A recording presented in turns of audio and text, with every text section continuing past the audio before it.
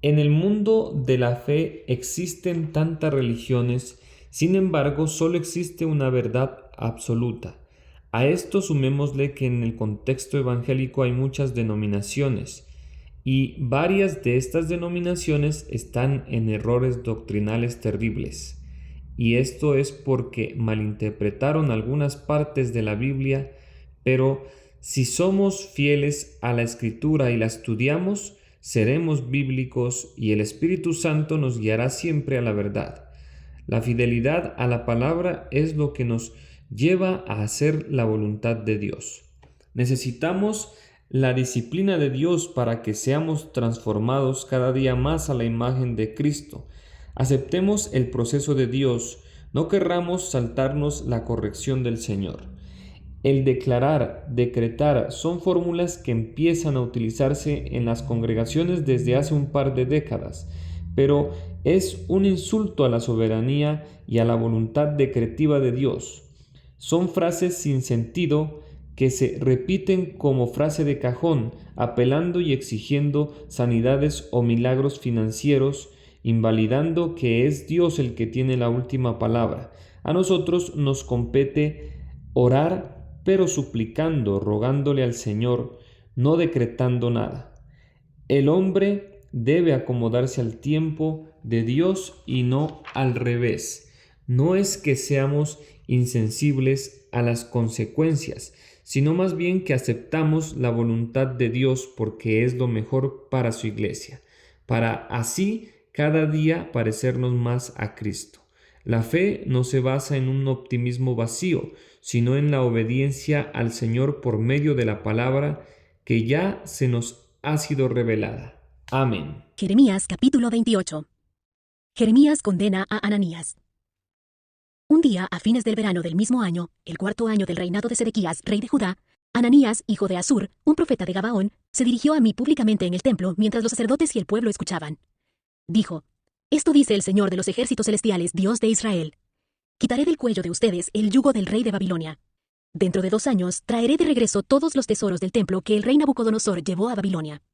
También traeré de regreso a Joaquín, hijo de Joacín, rey de Judá, y a todos los demás cautivos que fueron llevados a Babilonia.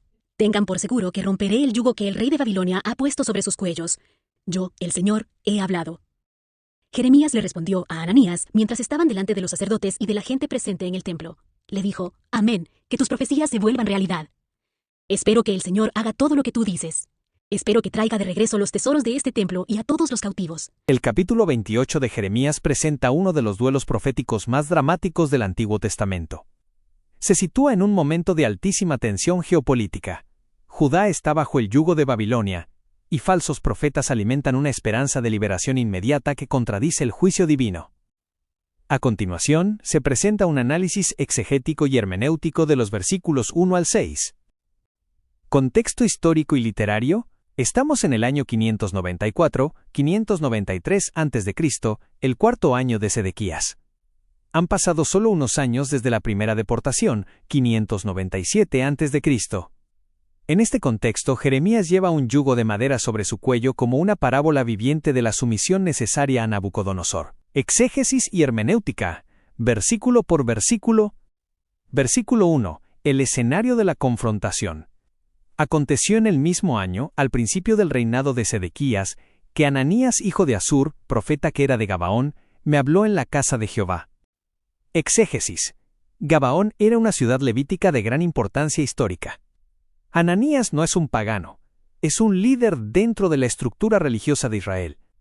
El hecho de que hable en el templo busca revestir su mensaje de una autoridad divina incuestionable. Perspectiva reformada.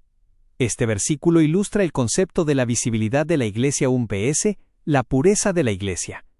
No todo lo que sucede dentro del recinto sagrado, el templo, es sagrado. La autoridad no reside en el cargo o el lugar, sino en la fidelidad a la palabra de Dios, sola Escritura.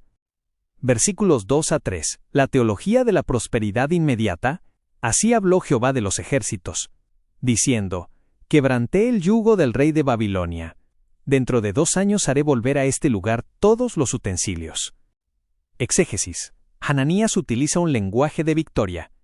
Los 2 años son una cifra arbitraria diseñada para calmar la ansiedad política. Al mencionar los utensilios, apela a la idolatría de las formas.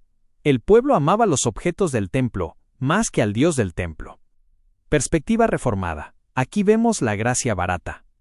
Ananías ofrece restauración sin arrepentimiento. Desde una hermenéutica reformada, cualquier promesa de bendición que ignore el pecado y la necesidad de una transformación soberana del corazón es una falsa promesa. Ananías predica un Dios que puede ser manipulado por las necesidades nacionales. Versículo 4. El retorno del rey y la falsa esperanza. Y yo haré volver a este lugar a Jeconías y a todos los transportados de Judá. Exégesis. Ananías propone un retorno al statu quo previo. El exilio, según él, es un error temporal que Dios corregirá rápidamente. Perspectiva reformada. Este es un ataque a la soberanía de Dios. Dios había decretado el exilio como un medio de disciplina y purificación. Jeremías 29. Ananías contradice el decreto divino revelado a Jeremías. En la teología reformada, la voluntad de Dios no se ajusta a los tiempos del hombre. El hombre debe someterse al tiempo de Dios. Versículos 5 a 6. El amén de Jeremías y la prueba de la verdad. Entonces respondió el profeta Jeremías: Amén, así lo haga Jehová. Confirme Jehová tus palabras. Exégesis. Jeremías no responde con ira, sino con una ironía cargada de tristeza. Él desea, como patriota, que Ananías tenga razón.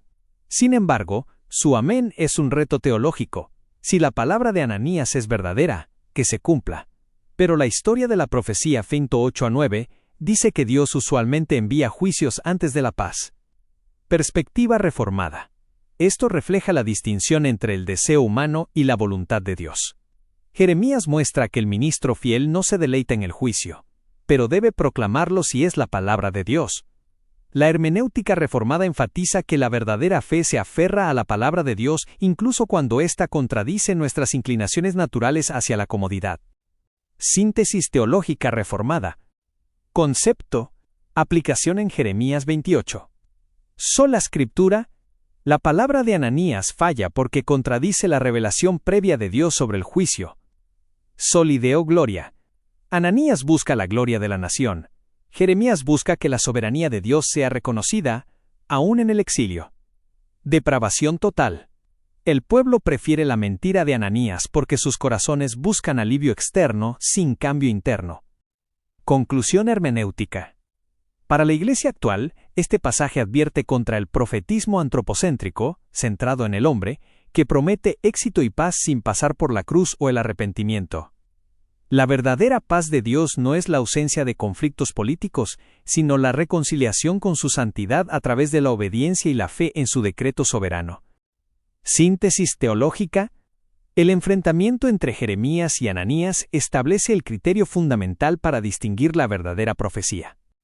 1. El cumplimiento. La historia es el tribunal de la profecía. 2. La naturaleza del mensaje.